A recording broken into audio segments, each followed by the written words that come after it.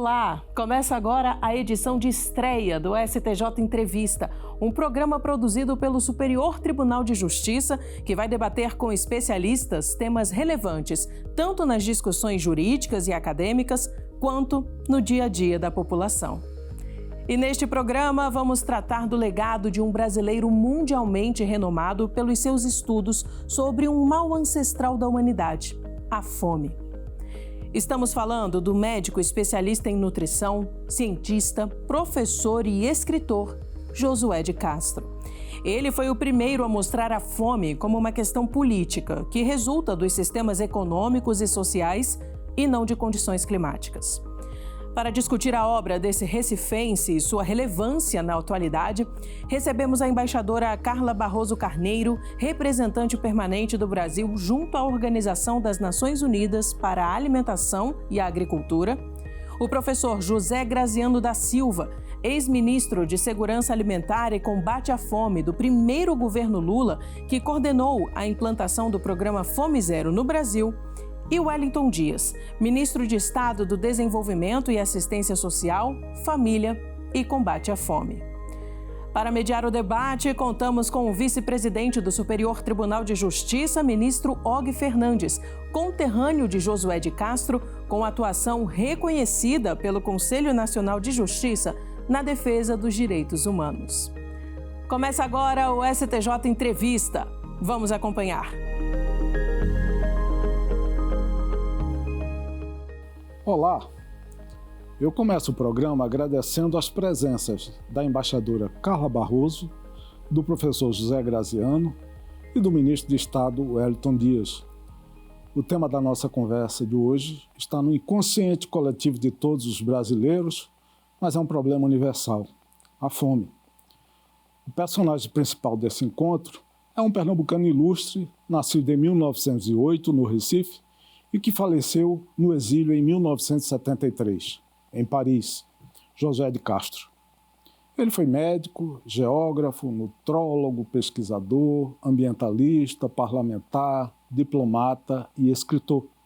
Um homem múltiplo, cotado várias vezes para o Prêmio Nobel, que não recebeu, mas recebeu o reconhecimento internacional do seu talento para alertar e agir contra um dos males mortais que atinge a dignidade humana, a fome.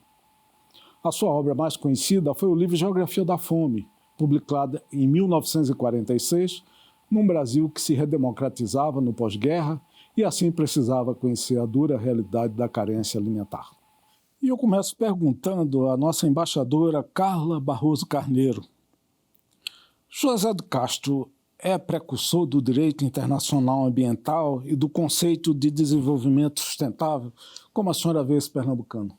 Ministro, eu acho que sim. Eu acho que ele é um precursor em muitas coisas. Eu acho que ele é o precursor do conceito de desenvolvimento sustentável, porque ele nunca olhou para a fome como uma questão simples. Ele sempre olhou a fome como uma questão complexa, uma questão que é o resultado de várias interações. Então, ele tem até uma frase, né, que a fome é o resultado biológico de uma situação sociológica. Então, o conceito de desenvolvimento sustentável, ele é justamente um conceito que tem três pilares, né, que é o ambiental, o social e o econômico. Então, ele, com esse olhar, ele é um precursor desse conceito tão mais amplo, né? E no que diz respeito ao direito ambiental, a gente conseguiu recuperar um material de 1972 que ele fez na Universidade de Vincennes, onde ele era professor, e ele levou à Conferência de Estocolmo.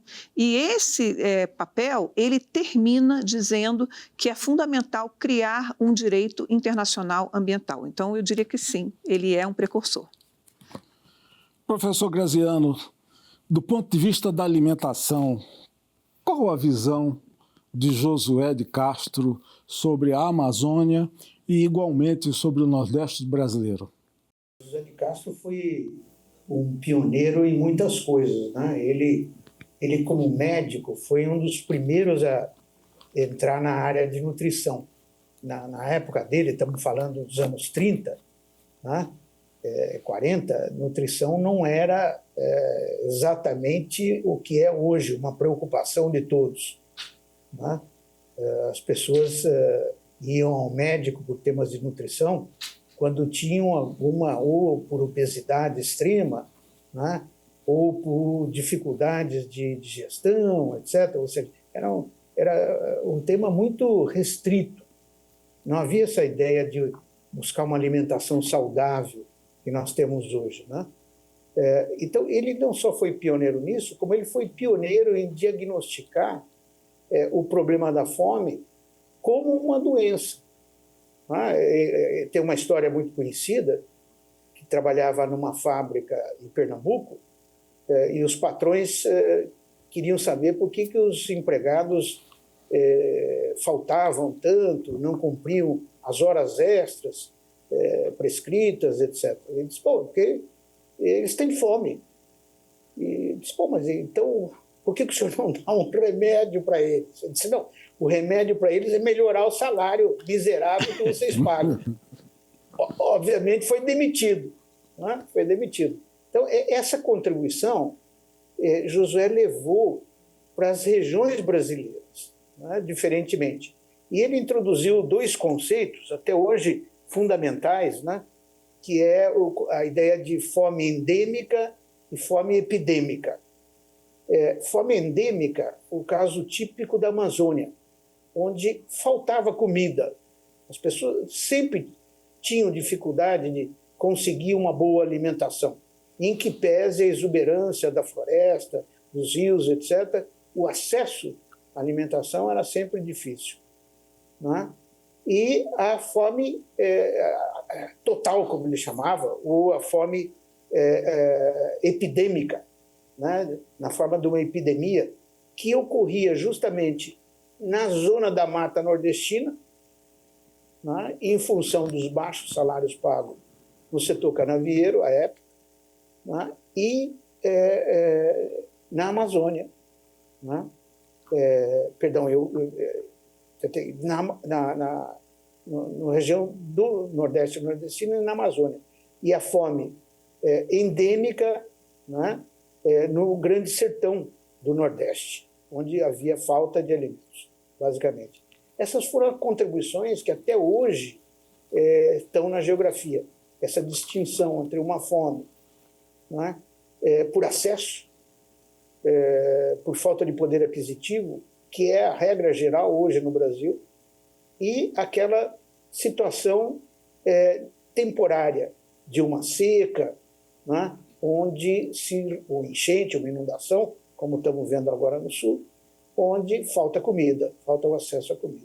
Eu lembro outra nordestina importante nesse episódio da seca, professor, que foi a acadêmica Raquel de Queiroz, que publicou o famoso livro sobre o 15, a Grande Seca, que atingiu o Nordeste brasileiro. Ministro Wellington Dias, qual é a situação atual do Brasil sobre a fome?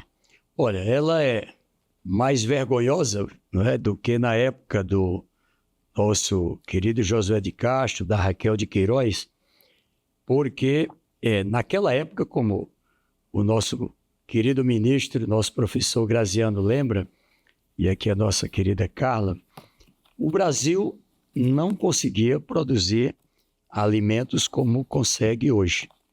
Então, hoje o Brasil é um terceiro, quarto maior produtor de alimentos do mundo. Um país que é capaz de produzir para o seu consumo e ainda para abastecer outros países.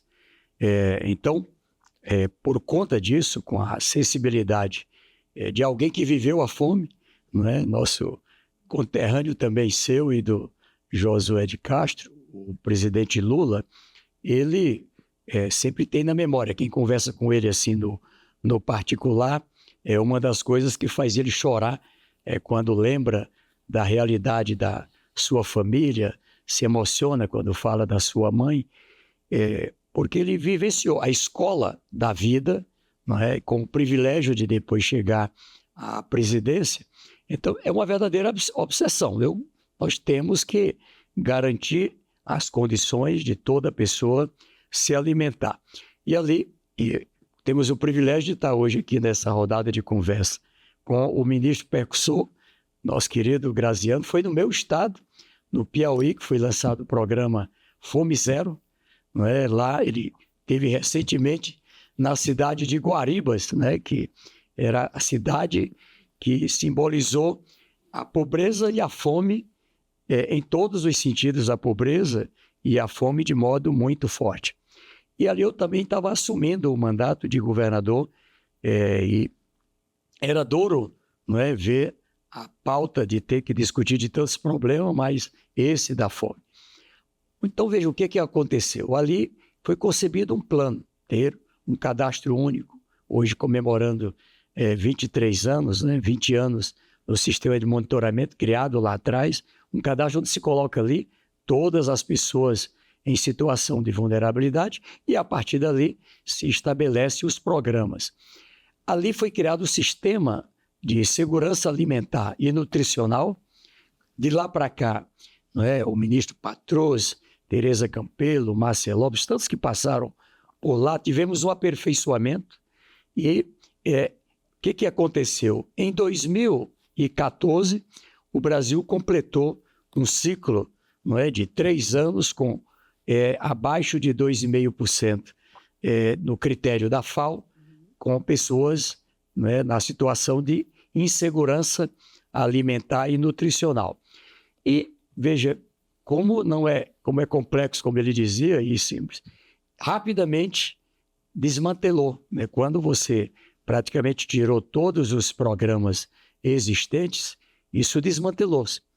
E quando assumimos agora, em janeiro de 23, nós alcançamos o Brasil, que tinha saído do mapa da fome, não é? Ali era um diploma muito importante. E olha só, ao mesmo tempo, foi o período em que se teve a maior redução, não é, do desemprego, foi quando se teve crescimento da renda, e um período em que o Brasil também alcançou a maior classe média da nossa história, com 54%. Significa que quando a gente cuida, não é, dos mais necessitados, dos mais pobres, ela tem efeito para toda a sociedade. Então, quando o presidente Lula assumiu agora, naquele ano de 21, 22, não deixaram nem o IBGE fazer a pesquisa, né? E ali um conjunto de cientistas, através da Rede Pensando, fez a pesquisa e detectou 33 milhões e 100 mil brasileiros novamente na situação de insegurança alimentar e nutricional. Ali tivemos que tomar uma série de medidas, desenhar o novo Bolsa Família a partir da realidade do Brasil, trabalhar um plano também econômico, um plano integrado com o social. E veja, Olga, que os resultados que são animadores. A gente, em 2023, ali já o Instituto Fome Zero, também dirigido aqui pelo nosso querido Graziano, já tinha comprovado, o Brasil tirou, em relação ao pico do ano de 22, 24,4 milhões, lá com base no último mês, 13 milhões lá do Instituto Fome Zero, e ao mesmo tempo reduziu a extrema pobreza, reduziu a pobreza e tivemos um crescimento da renda de todos os trabalhadores. Quando pega toda a massa salarial, se divide pelos que produziram, não é? Ali 11,5% de crescimento, com 17% para a faixa intermediária dos mais pobres e 38,6% para os 5% mais pobres, né? Então, isso deu um efeito em que o Brasil alcançou em 23, com 8,3%, o mais baixo índice de desigualdade. Ou seja, a gente reduziu a desigualdade para um patamar que não tínhamos antes alcançado. Alcançamos o melhor nível de igualdade, melhor dizendo. Então, isso é animador, porque transferência de renda, complementação alimentar, e agora cuidamos, né, não só da parte da fome, mas também a preocupação com a obesidade. É isso que foi citado, a alimentação saudável, esses conceitos que o Josué de Castro lá atrás já levantava. Quer dizer, o que ele tem de mais importante é que as suas teses, as suas ideias são atualizadíssimas não é, para este momento do século XXI. Pegando o gancho da manifestação do ministro Hélito, eu indago da nossa embaixadora Carla Barroso que vinculação existe entre renda e fome ao tempo de Josué de Castro e nos dias atuais, embaixadora. O Josué de Castro é, então, quem começa, de forma muito pioneira, a olhar para a fome desse ponto de vista multivetorial. A fome, ela é o resultado de uma série de elementos, mas ela é, sobretudo, resultado de uma situação estrutural da economia. Quer dizer, ele não olhava para a fome como um resultado de produção, né? Produção agrícola e demanda. Né? Não é oferta e demanda, né? Ele olhava para a fome como um elemento externo ao mercado. A fome, ela é o resultado de desigualdades que estão dentro da economia, quer dizer, então é o pilar do acesso, né? Porque existem 3 pilares da segurança alimentar, né? A acessibilidade, né? É um dos pilares, né? Então, se você não tem acesso, você pode produzir e ser um dos maiores produtores mundiais, que é o caso do Brasil, e tem uma população de 33 milhões de pessoas que está enfrentando a insegurança alimentar. Então, eu acho que essa é uma das grandes contribuições, é mais um dos momentos em que o Josué de Castro é absolutamente inovador. Ele torna esse conceito parte da forma de olhar para a economia. A desigualdade explica a falta de acesso, porque ele explica que sem renda você não tem acesso à alimentação. Como a senhora vê isso hoje? O cenário e os motivos dessa relação permanecem os mesmos? Do ponto de vista estrutural, eu não tenho dúvidas. O que acontece é que hoje nós temos uma série de situações conjunturais que se juntam a isso. Então, eles chamam hoje em dia de 3 Cs, né? As emergências climáticas, que é o que a gente infelizmente está vendo agora no sul do Brasil, né? São os conflitos. Então, o Sudão infelizmente, um exemplo dessa situação. O Haiti, né, a situação muito grave. Exatamente. E a Covid. Então, eles chamam de os 3 Cs. Então, esses 3 Cs, conjunturalmente, eles agravaram uma situação que já é estrutural. Então, a gente vai ter que conseguir lidar com a dificuldade do acesso, né, que tem a ver com a renda, que é um elemento que o Brasil já vem desenvolvendo desde 2003, não é? Com todos esses programas que vêm se aperfeiçoando, como diz o ministro, né? A gente vem aprendendo e vem aperfeiçoando e vem sofisticando o programa, mas a isso vai ter, de alguma forma, que se adequar para que as emergências climáticas sejam parte disso. Né? Eu indago ao professor Graziano. Nós sabemos que José de Castro teve uma participação efetiva na FAO, que é um organismo das Nações Unidas voltadas ao combate à fome. Quais as maiores contribuições do José de Castro enquanto representante do Brasil e depois no Conselho da FAO, professor Graziano? O Josué foi o que nós chamamos até hoje presidente da FAO. Né? A FAO tem um conselho formado por representantes dos países das diferentes regiões do mundo, que se reúne rotineiramente, 3 vezes ao ano, se não me engano, entre as Assembleias Gerais, que são a cada 2 anos. E esse é como se fosse o presidente do Congresso, né? O presidente da Câmara. Tem um poder muito grande de definir a pauta dos debates dentro da FAO, né? E de influenciar a alocação de recursos. Enfim, é o que faz a costura política, eu diria, entre os países sobre o rumo da organização. Esse foi o papel do presidente do Conselho. Josué foi o primeiro presidente latino-americano do Conselho da FAO, o primeiro oriundo de um país em desenvolvimento. Os anteriores foram todos de países desenvolvidos, né? E o primeiro presidente em Roma. A FAO muda do Canadá para Roma, em 1951, quando é eleito Josué de Castro e que toma posse como presidente do Conselho a partir de 52 e é reeleito depois, são bianuais, ele é reeleito de 53 até 55. E o importante da contribuição, na minha opinião, do mandato de Josué é que ele retomou os temas que levaram à criação, à fundação da FAO.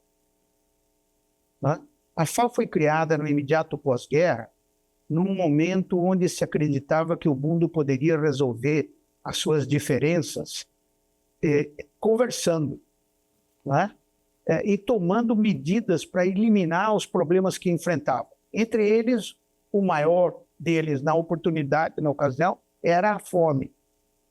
E tinha um excedente muito grande já na época de alimentos acumulados nos países desenvolvidos sem destino. E se esperava, então, que uma organização mundial pudesse fazer essa intermediação, essa ponte entre os países que não tinham alimentos suficientes e os países que tinham alimentos sobrando, e redistribuir esses excedentes para evitar aquelas coisas que nós vimos na Grande Depressão, de queimar café, de queimar alimentos. A Austrália queimou carneiros, enfim, situações de botar fora os alimentos. José defendia, junto com o primeiro diretor-geral da FAO, que era um escocês, médico nutricionista também, Boyd Orr, ele defendia o que ele chamava um Conselho Mundial de Alimentos, que era um organismo exatamente que tinha esse poder de comprar e vender e de fazer estoques para enfrentar nos momentos de calamidade e de necessidade. E, infelizmente, nunca conseguiu se implantar isso na FAO. Até meados dos anos 60, quando se cria o Programa Mundial de Alimentos, que faz mais ou menos o papel que deveria fazer esse conselho. Em inglês, World Food Board, Conselho Mundial de Alimentos, no nosso traduzido. Essa foi a grande contribuição do Josué.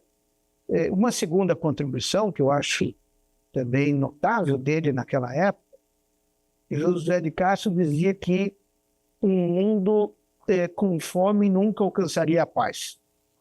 Ele fez essa primeira relação entre fome e conflito. E nós vemos hoje os países, a Carla acabou de dizer, clima, conflito, e eu diria que hoje está nessa ordem as causas da fome, então onde o conflito aparece num lugar relevante. O José de Castro já havia detectado essa importância. Eu queria fazer uma complementação nos meus colegas anteriores um pouco para dizer há uma grande diferença da situação que nós enfrentamos hoje, em particular no Brasil, mas no mundo quase de forma geral, que na época do Josué de Castro faltava produto, faltava alimento. Exato. Hoje são poucos os países onde tem realmente falta de alimento, com exceção de países ali do Sahel, de algumas regiões da África afetadas por conflitos e do Oriente Médio. Mas, no geral, nós temos uma produção mais que suficiente de alimentos no mundo hoje em dia. E José de Castro, então, foi o primeiro a chamar a atenção para a importância de ter um organismo em escala mundial que fosse capaz de redistribuir essa produção de acordo com as necessidades, que é o que nós temos hoje no Programa Mundial de Alimentos. Ministro Wellington Dias, Josué de Castro seria que personalidade hoje no Brasil do século XXI? Bom, poderia ser o presidente do Brasil. Ele era uma pessoa que tinha uma habilidade muito grande para tratar de temas complexos. Veja isso que o o nosso querido ministro, presidente da FAO, Graziano, nos traz. Veja que ele chegar para o patrão, onde ele como médico era empregado, e dizer naquela época que a causa da falta do trabalho era a fome, não era fácil. Se a gente olha o resultado dessa persistência dele, o que a gente teve de vantagens para milhões de pessoas, como o auxílio alimentação, um conjunto de restaurantes, né, em áreas de trabalho, porque passou-se a trabalhar com o conceito que era bom para o trabalhador, mas era bom para a empresa também. Então, quando ele coloca aqui esse momento que a gente está vivendo de mudanças climáticas, essa situação da Amazônia, do Nordeste, aqui essa região Centro-Oeste, ou seja, é o Brasil todo, mas não é só o Brasil. Agora, essa situação gravíssima do Sul, não é? Nós estamos, segundo mês de mandato, eu já estava no Rio Grande do Sul por conta de um ciclo de 3 anos de seca ali naquela região. Fui lá atender por conta de seca, não é? Ali o apoio às pessoas que estavam desamparadas. E logo em seguida já voltei com ciclone, não é? E depois enchente, final do ano seca, agora novamente nova enchente, ou seja, ao que parece, nós vamos ter que viver com esse novo normal climático. Então, é algo muito mais desafiador. De qualquer maneira, isto que o ministro Graziano coloca, o mundo tem hoje condições de produzir mais alimentos do que o mundo consome. Então, como justificar 735 milhões de pessoas no mundo, de todas as idades, que vivem em segurança alimentar, não tem a certeza, não é, da janta, do almoço, do café, da semana e nem da semana seguinte. Então, isso é um grande desafio. Os conflitos, né, que cresceram nos últimos períodos, e eu destaco aqui um ponto importante nessa linha da criação do Josué, inspirou o Brasil, que criou a CAISAN, que é o Comitê Interministerial de Segurança Alimentar e Nutricional. É uma estrutura extraordinária, e ali tem um conselho social, CONSEA, né, também ainda idealizado ainda pelos nossos precursores, e veja só, que planeja situações momentâneas e de longo prazo. Agora, o Brasil, por conta dessa situação climática no Rio Grande do Sul, ali o Rio Grande do Sul produz 70% de todo o arroz consumido no Brasil. Então, é um problema para o Rio Grande do Sul, mas um problema para o Brasil. Sorte, quando veio essa enchente, eles já tinham colhido cerca de 80%.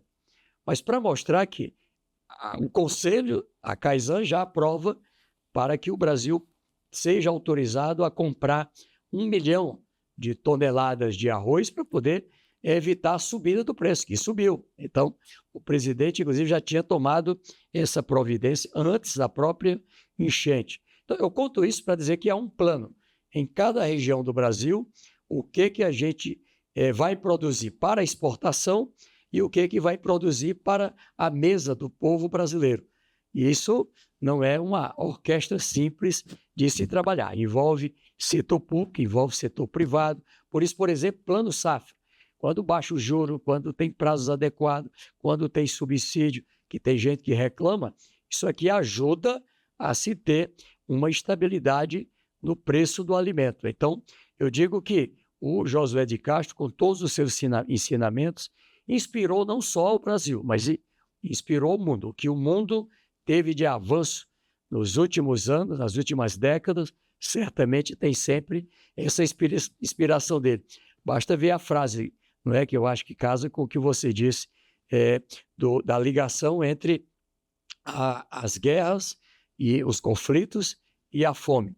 Né? Quando uma metade da população não come, a outra metade não dorme, com medo daqueles que não dormiram porque não tinham o que comer. Então, é algo realmente muito profundo E isso faz a gente, não é, ter bastante responsabilidade. Embaixadora, nós sabemos que a senhora é uma pessoa que se preocupou com a biografia de Josué de Castro. Como ele viu a propriedade da terra nos seus trabalhos, embaixadora? Eu acho interessante, para tentar dar um pouco a estatura do Josué de Castro, né? O Josué de Castro, acho que a gente poderia dizer que ele é o que hoje a gente chama de polímata, né? Ele era um homem que transitava sobre várias dimensões, não é? Ele era médico, mas ele também era nutrólogo, ele era geógrafo, ele foi político, ele exerceu o cargo de deputado, e ele era escritor de ficção. Não é? Então, embora a gente possa pensar que essa contribuição dele pudesse ter sido fragmentada, na verdade, toda a contribuição dele é como se fosse um quadro que tem um ponto de fuga, não é? Que é aquele ponto para o qual convergem todas as linhas para dar uma sensação de profundidade, de perspectiva. E esse ponto de fuga de todas as atividades do Josué de Castro era precisamente a preocupação com a fome. E desse ponto de vista, a terra e a propriedade da terra sempre teve no centro da preocupação do Josué de Castro, né? E isso internacionalmente, né? O Josué de Castro ele é engajado nas causas anticoloniais, né? Então, naquele período em que você está no processo de descolonização, e ele um personagem que sempre foi muito ligado à França, e ele tem um momento em que ele diz essa frase incrível, né, que ele nunca teve contra a França no processo de descolonização. Ele está a favor da França verdadeira, da França que... Também. Exatamente, ele está a favor da França verdadeira com os ideais do iluminismo do século XVIII. E é essa França que ele entende que deverá contribuir para o processo de descolonização. Então, esse personagem, que olha para um fenômeno de forma integral, ele sempre olhou para a face da terra, seja do ponto de vista colonial, não é? Assim, mais extremo, né, a questão mais extrema do posse da terra, até o ponto de vista efetivamente fundiário, legal, ele foi um dos personagens que começou a se ligar aos temas de reforma agrária na época em que ele era deputado no Brasil. Então, ele entendia, sim, que as grandes propriedades poderiam gerar situações de fome, não é? E ele se preocupava com isso, e ele foi também um dos precursores da reforma agrária no Brasil. O episódio da saída dele do país está ligado a isso, professora, não é isso? Não é assim, cara, embaixadora? Porque exatamente. Ele constou da primeira lista de pessoas que foram caçadas e tiveram que buscar o exílio. Passou o resto da sua vida, basicamente, até a sua morte na França. Professor Graziano, por que Josué de Castro não se candidatou ao terceiro mandato à presidência da FAO, professor? Ministro, essa é uma pergunta difícil de responder até para nós aqui que estudamos a obra de Josué, né? Há diferentes versões a isso, mas o fato é que ele mesmo escreve, num dos seus últimos escritos, não é? Que ele estava muito decepcionado com a FAO, porque ele havia dedicado à FAO os melhores anos da sua vida, e não via progresso.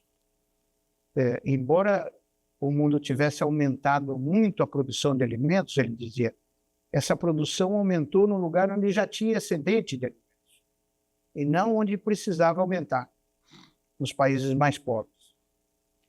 Ele se via impotente como presidente da FAO de poder intervir diretamente nessa falta de alimentos dos países mais pobres, não é? Essa era a sua grande decepção.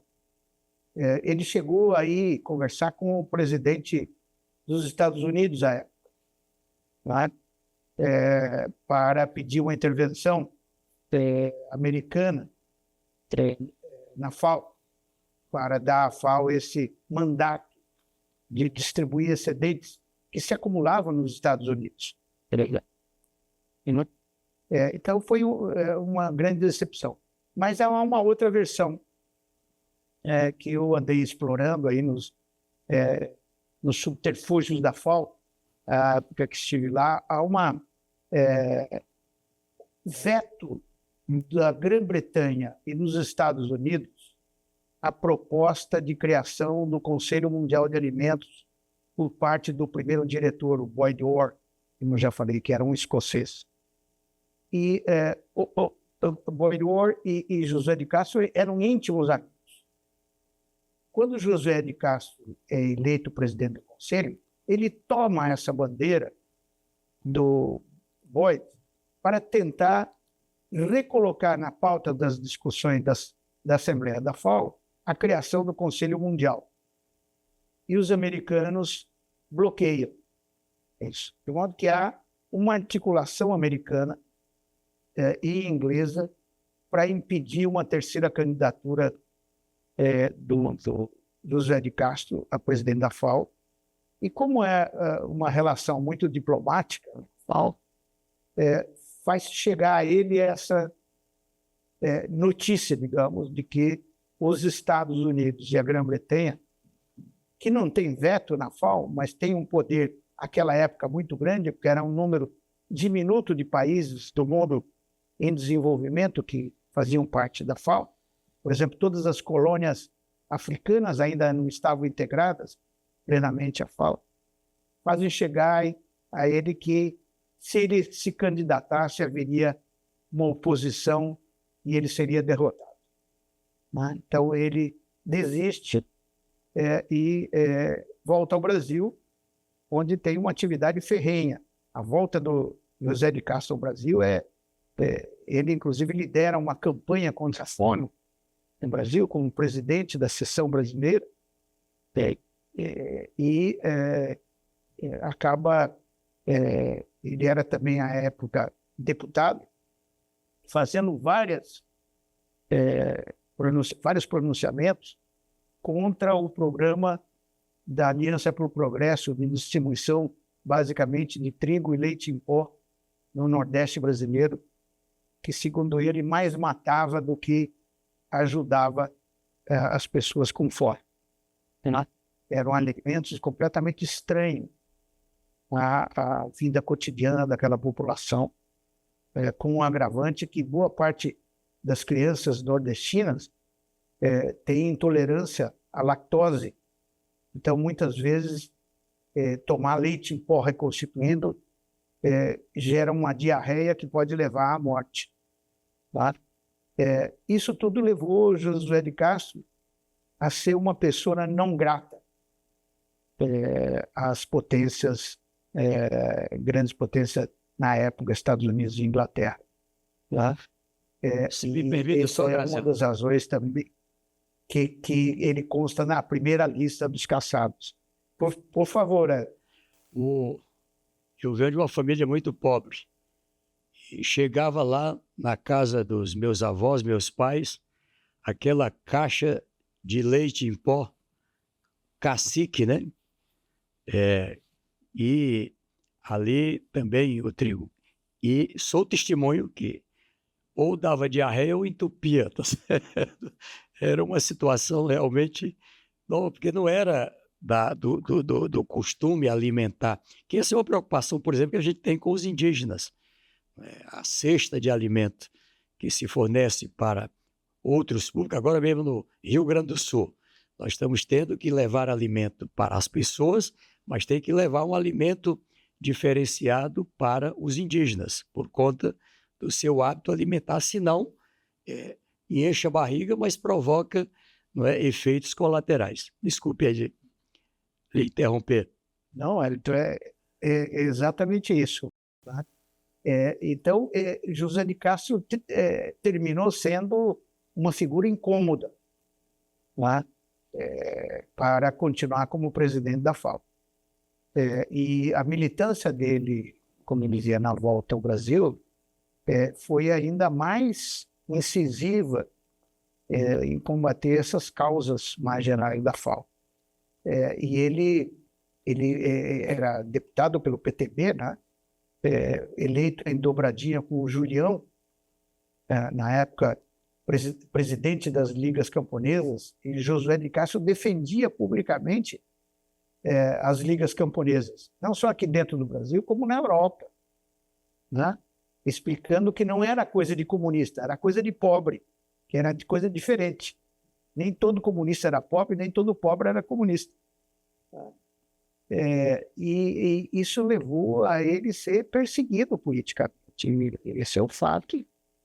E ele sente isso. No Brasil, renuncia o seu mandato e vai assumir a representação do Brasil na ONU em Genebra, que é onde ele se encontrava em abril de 64, quando acontece o golpe militar e ele é caçado. Eu faço uma segunda pergunta, professor Graziano. Essas razões que o levaram a se afastar da FAO foram também as razões que levaram a não ser laureado com Nobel. Ele relata-se que ele concorreu, foi candidato por 3 vezes a prêmio Nobel, uma vez na área da medicina, 2 vezes prêmio Nobel da Paz, mas não obteve êxito.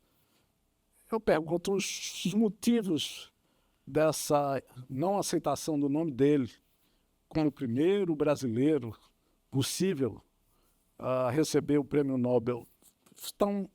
Essas razões estão aí envolvidas com as questões da FAO? O fato histórico é que em 1954, o José de Castro recebe o prêmio em Helsinki, né? O prêmio que equivalia, na época, ao Nobel da Paz. Né? Helsinki, na época, era parte da União Soviética. Então, aqui na Câmara dos Deputados, imediatamente a repercussão foi... veja só, né, quem está premiando o nosso deputado. Os comunistas. Ganhar um prêmio dos comunistas. Não reconheceram a magnitude desse prêmio pela paz, que foi a relação que Josué de Castro estabeleceu entre fome e conflito. Né? Não há paz se houver fome. Isso levou a em si ser premiado em 54. É o primeiro brasileiro que ganha, e o único que ganha esse prêmio. Né? Mas isso não foi visto assim, foi visto como mais uma coisa de comunistas. E é interessante que ele se defendia dizendo que ele não era comunista por uma simples razão, que ele era contra qualquer forma de ditadura, mesmo que fosse do proletariado. São palavras dele, textuais, numa introdução de um dos livros dele, A Noite Negra da Fome. Né? Mas o importante também acrescentar é que ele teve sempre muita dificuldade nas candidaturas que ele fez a Prêmio Nobel, porque isso tem que ter um patrocínio do país e uma ação muito forte da diplomacia do país. E como nós sabemos, José de Castro, já há algum tempo, mesmo antes de ser cassado, não tinha essa unanimidade, né, nas classes dirigentes brasileiras. Então, não teve o apoio necessário para ser esse reconhecimento. Eu quero fazer uma pergunta a todos, a mesma pergunta. O Brasil conhece Josué de Castro e, em sucessivo, se não, o que nos falta para colocá-lo na posição de destaque como um grande brasileiro? Eu começo pela nossa embaixadora, Carla. Olha, ministro, falando muito objetivamente, eu diria que o Brasil se conhece muito menos do que deveria. Não é?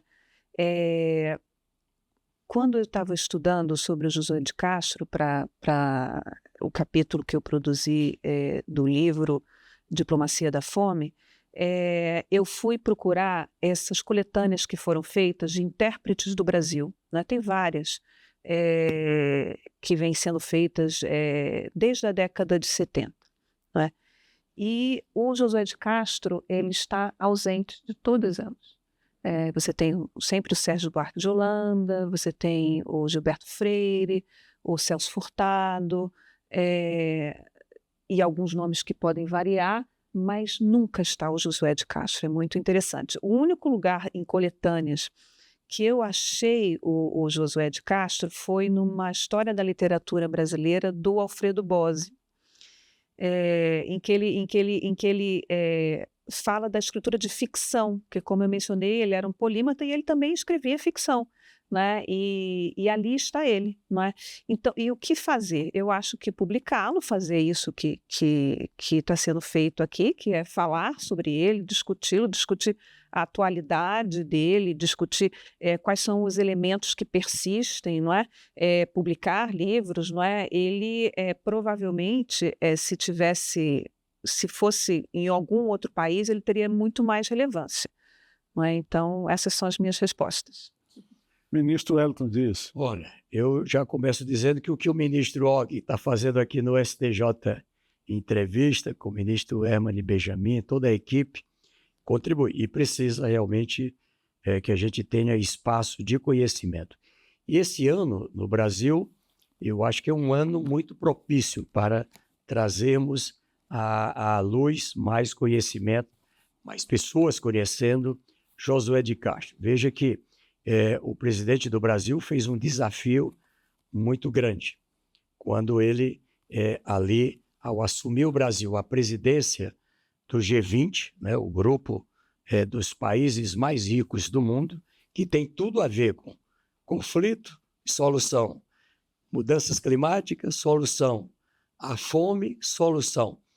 Ou seja, coloca na mesa, em nome de recuperar a prioridade dos Objetivos do Desenvolvimento Sustentáveis 2030, ou seja, aqueles 17 objetivos, e aqui no Brasil a prioridade, na mudança climática, a necessidade de se ter um foco muito especial ali no Fome Zero, no combate à fome e à pobreza, né? E veja, com um conceito de que somente com a participação dos países mais desenvolvidos será possível se ter a condição de tirar o mundo, não é, dessa situação de insegurança alimentar. Por tudo que discutimos aqui, a necessidade de produzir apoio para a produção onde tem mais fome, de garantir as condições